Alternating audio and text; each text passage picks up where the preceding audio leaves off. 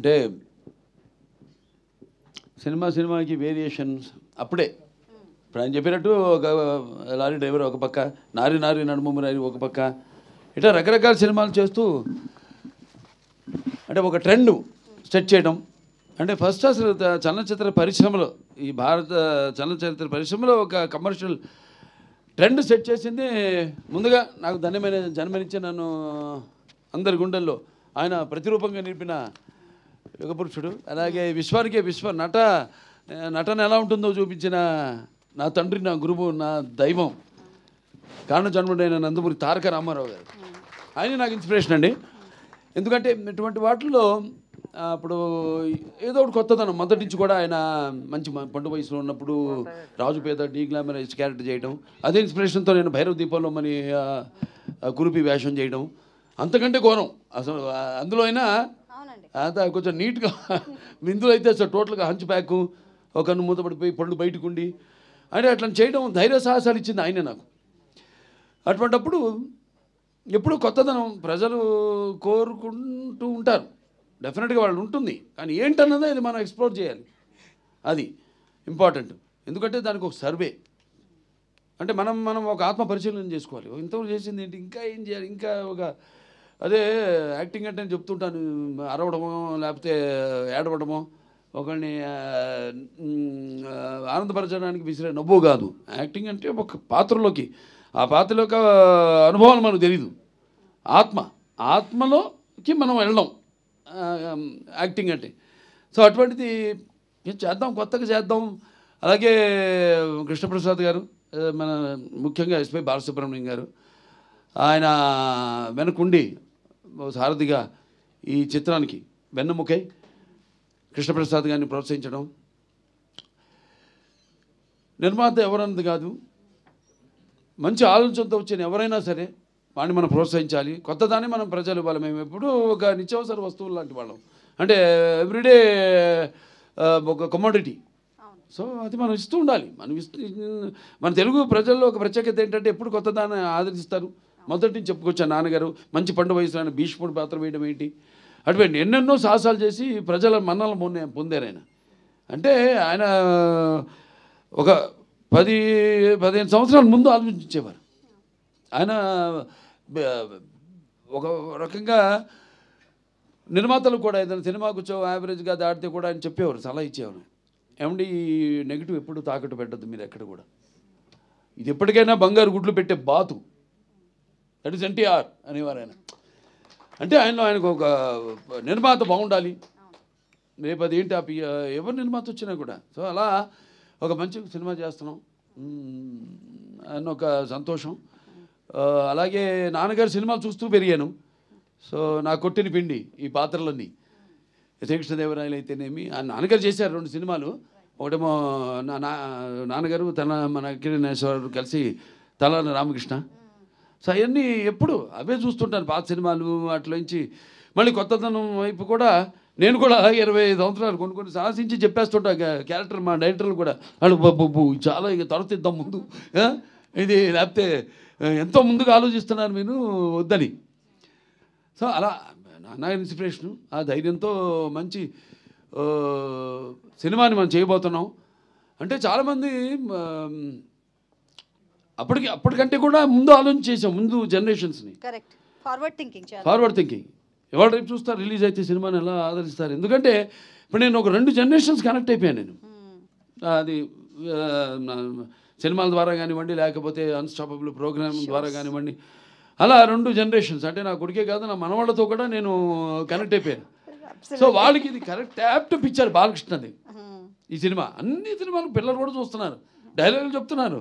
ఏది మా డాకు మహారాజు కానివ్వండి, లేకపోతే మా నెలకొండ భగవంత్ కేసరి కానివ్వండి, లేకపోతే అఖండ కానివ్వండి, లేకపోతే వీరసింహారెడ్డి కానీ. అటువంటిది మరి మెయిన్గా ఒక సింగతి శ్రీనివాసరావు అంత ముందు చేసిన సినిమాలు, ఆయన చేసిన ఎక్స్పెరిమెంట్స్. సో ఆ ఎక్స్పెరిమెంట్స్ నాకు ముందుగా ఆయన మీద ఒక నమ్మకం. ఇప్పుడు బాపు గారి డైరెక్షన్లో నేను శ్రీరామరాజ్యం చేసినట్టే. ఎందుకంటే బాపు గారు లేకపోతే ఆ సినిమాని చేసి ఉండేవాడిని కాదు. అలాగే ఇప్పుడు సింగతి శ్రీనివాసరావు ఆయన చేసిన సినిమాలు, రకరకాల సినిమాలు, అవన్నీ నెమరేసుకుని బాగుంటుంది, వెరైటీగా ఉంటుంది, చాలా బాగుంటుంది. మంచి సినిమాని మనం ఇవ్వబోతున్నాం. ఇప్పుడు అంటాను, ఇప్పుడు చాలామంది పద్మభూషణ్ వస్తే మీకు కొంచెం లేట్గా ఇచ్చారనుకుంటా అంటే కాదు కరెక్ట్ టైంకి వచ్చింది నాకంట. ఎందుకంటే మళ్ళీ ఒక మామూలు సెకండ్ ఇన్నింగ్స్ అంటూ ఉంటారు మన ఇండస్ట్రీలో, అది ఆ పదం మన వంట పట్టదు. లేదు, మనం సినిమాలు ఇచ్చాం, 3 సార్లు ఎమ్మెల్యేగా గెలిచాం, ఆ తర్వాత ఆహా అన్స్టాపబుల్ #1 ప్రోగ్రామ్గా నిలిచింది మన దేశంలోనే. మరి క్యాన్సర్ హాస్పిటల్ ద్వారా క్యాన్సర్ రోగులకు మనం సేవలు అందించడం, ఇవన్నీ కూడా చూసుకుంటే అప్పుడు నేను క్యాన్సర్ హాస్పిటల్ చైర్మన్ కాదు ఒకళ్ళు ఇదివరకు ఏదైనా ఇటువంటిది ఇచ్చుంటే సరే రేపటి అంతే. ఇప్పుడు ఇందాక అన్నారు మాటల్లో కాకతాళీయమో యాదృచ్ఛికమో అని. సో అలా సినిమా కూడా ఇప్పుడు జనరేషన్ ఇప్పుడు రేపు చూస్తారు జనం ఎలా దీనికి ఎలా అంటే అందరూ ఆల్ ఏజ్ ఒక ఏజ్ బ్యాడ్. ఇప్పుడు దేనికి, ఎందుకంటే ముఖ్యంగా ఈ సినిమాకి గుండెకాయ శ్రీకృష్ణదేవరాయలు ఆ పాత్రే మెయిన్ కాన్సెప్ట్లో, ఆ పాత్రను ఎన్నుకోవడం. ఇప్పుడు చాలామంది ఈ సినిమాని అంటే ఫ్యూచరిస్టిక్, ఇది ఫస్ట్ సైన్స్ ఫిక్షన్ ఫిలిం అట్లా చాలామంది ట్రై చేశారు. హిందీలో ఒక పిక్చర్ ముహూర్తం కూడా చేశారు సినిమా, ఇటువంటి సినిమా దాన్ని షెల్ఫ్ చేసేసారు, తీయలేదు. అలా తర్వాత వచ్చిన సినిమాలు ఏవి కూడా ఇది మన సినిమా సక్సెస్ అయినట్టు ఏది సక్సెస్ కాదు సినిమా.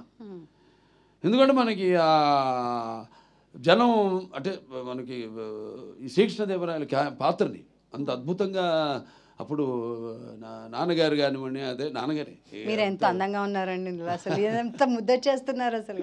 దాంట్లో అదే తెల్ల రామకృష్ణ కానివ్వండి. Very nice. సో భాష మెయిన్గా పిల్లలకి ఇప్పుడు తింటోంది మేకతోక ఇట్లాంటి భాష మీద కూడా ఇప్పుడు ఎలా అంటే మన భాష మీద ఇంట్రెస్ట్ పుట్టిస్తాం, కలిగిస్తాం. అంటే అట్లా అని కాదు నేను చెప్పేది. ఇప్పుడు నేను చెప్పిన సినిమాలు అన్ని డైలాగులు కూడా చిన్న చిన్న పిల్లలు కూడా చెప్తున్నారు.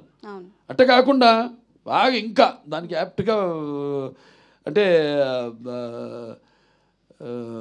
నేను అనేది విజువల్స్గా ఒక కాన్సెప్ట్గా కూడా ఇప్పుడు యూత్కి అంటే ఆ తర్వాత నెక్స్ట్ జనరేషన్ ఇది మామూలుగా టీవీలో చూసిన వాళ్ళని కాకుండా, లేకపోతే ఈ ఓటీటీలో చూసిన వాళ్ళని కాకుండా, ఓటీటీ లేదు టీవీలో, అలాగే ఇప్పుడు రేపు పెద్ద సినిమా చూస్తారు April 4th ఎలా ఉంటుందో బ్రహ్మాండంగా ఉంటుంది.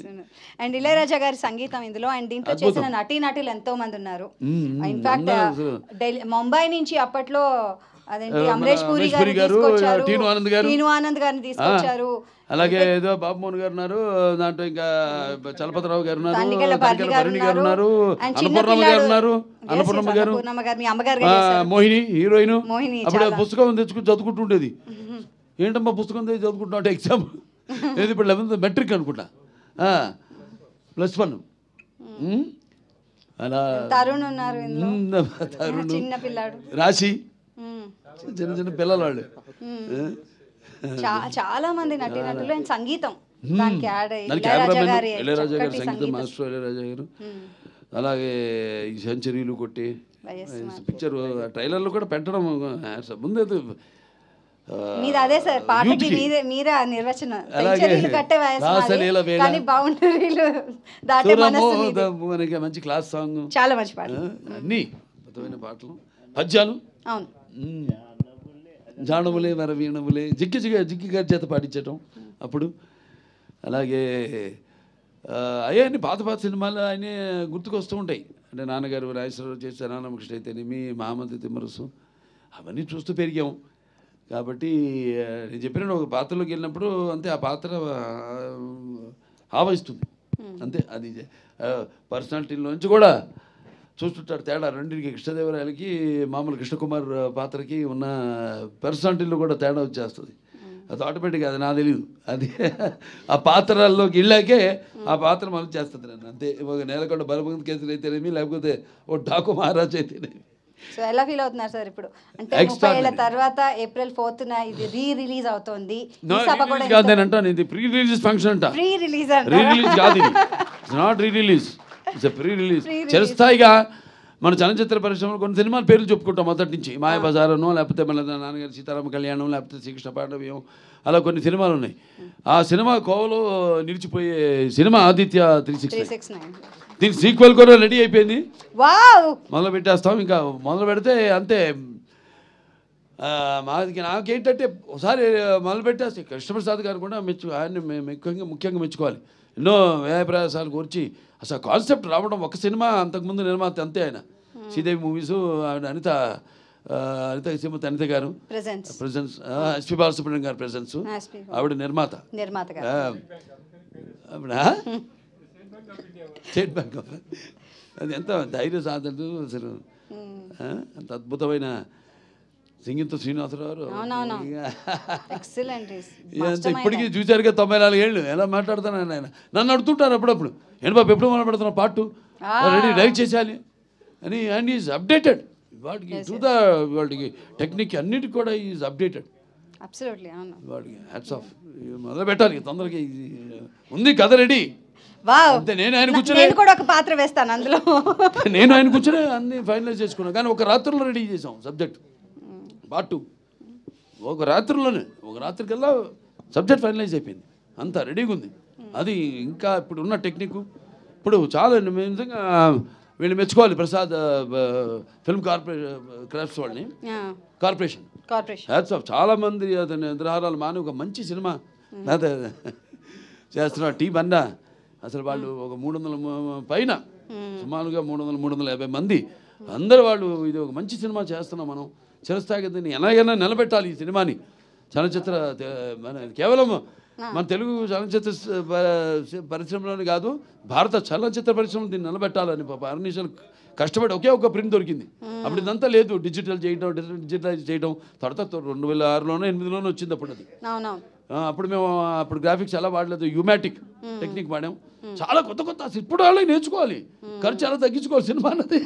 నిజంగా మనం వాడిన టెక్నిక్ ముందు గ్లాసు పెట్టి కబీర్లాలు, దానికేమో మ్యాట్ పెయింటింగ్ కాకుండా మళ్ళీ బుక్స్లోంచి ఫోటోగ్రాఫ్స్ కానీ కట్ చేసి అవన్నీ అంటించి మళ్ళీ దానికి మినియేచర్సు ఇవన్నీ రోజుకు 2 షాట్లు తీసేవాళ్ళం. టాక్ డిస్మాంటిల్ చేసేసి అప్పుడు క్లోజప్స్, మిడ్ షాట్స్ తీసుకునేవాళ్ళం. చాలా అంటే చాలా 3 కెమెరామెన్లు దీనికి, శ్రీరామ్ గారు, అలాగే మన విఎస్ఆర్ స్వామి గారు. అందుకే ఆ తేడా కనపడుతుంది మనకి. అంటే కన్వెన్షనల్ ఫోటోగ్రఫీ, దాని తర్వాత లేటెస్ట్ బౌన్స్ ఫోటోగ్రఫీ ఏదైతే శ్రీరాము, పిసి శ్రీరాము లేకపోతే కబీర్లాల్ గారు వాడారు, అద్భుతం.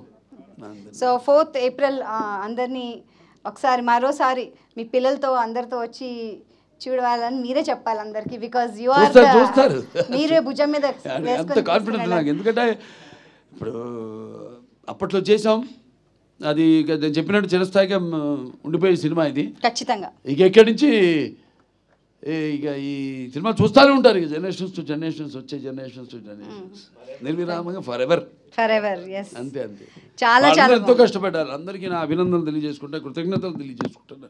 To restore the film, restore చేయడం అనేది మేము చాలా కష్టమైన దీంతో క్రాఫ్ట్తో కూడుకున్న. అవును, గత 3 నెలల నుంచి దానికే వర్క్ చేస్తున్నారు. 8 months నుంచి. I'm sorry sir. సో 8 నెలల నుంచి చేశారంటే ఇట్స్ రియలీ గ్రేట్. మళ్ళీ ఇది తెలియదండి రీబార్న్ అన్నట్టు చెప్పాలంటే. ఈ సినిమా గురించి ఇప్పుడు తెలుస్తుంది. అప్పుడు కొంతమంది చూశారు కానీ ఎవడు చేసినా కూడా ఎవడు అది కాల అనుకున్నంత వరకే, అంతేగాని ఏది జరగల ప్రాక్టికల్గా. ఇక ఈ సినిమా ఇవాళ మాట్లాడుకుంటారు మొత్తం మన ఇండియన్ ఫిల్మ్ కమ్యూనిటీ మొత్తం కూడా ఈ సినిమా గురించి మాట్లాడుకుంటుంది రిలీజ్ అయ్యాక సినిమా గురించి. ఖచ్చితంగా no doubt about it. Telugu వాళ్ళ గొప్పతనం, మన వాళ్ళ తెలుగు వాళ్ళ ముందు చూపు, ఖచ్చితంగా forward thinking. Thank you so much అండి. ఇట్స్ ఎ ప్లెజర్ మిమ్మల్ని ఇలా కలుసుకోవడం. అందరు కూడా నా విశ్వావసు సంవత్సరం శుభాకాంక్షలు తెలియజేసుకుంటున్నాను అందరికి. Ugadi thank you so much. అంటే ఉగాది అంటే ఉరకలు వేసే ఉత్సాహం, ఉగాది అంటే ఉప్పెనలో ఉప్పొంగే ఒక కవిత్వం. అలాగే అందరికి కూడా భగవంతుడు అష్టైశ్వర్య సుఖ సంతోషాలు, భోగభాగ్యాలు, కీర్తి ప్రతిష్టలు, శ్రీ సంపదలు, ఆయుర ఆరోగ్యాలు, సంపూర్ణ ఆయుష్, నవగ్రహాల అనుకూల్యం ప్రసాదించాలని మనం ప్రార్థిస్తున్నాం.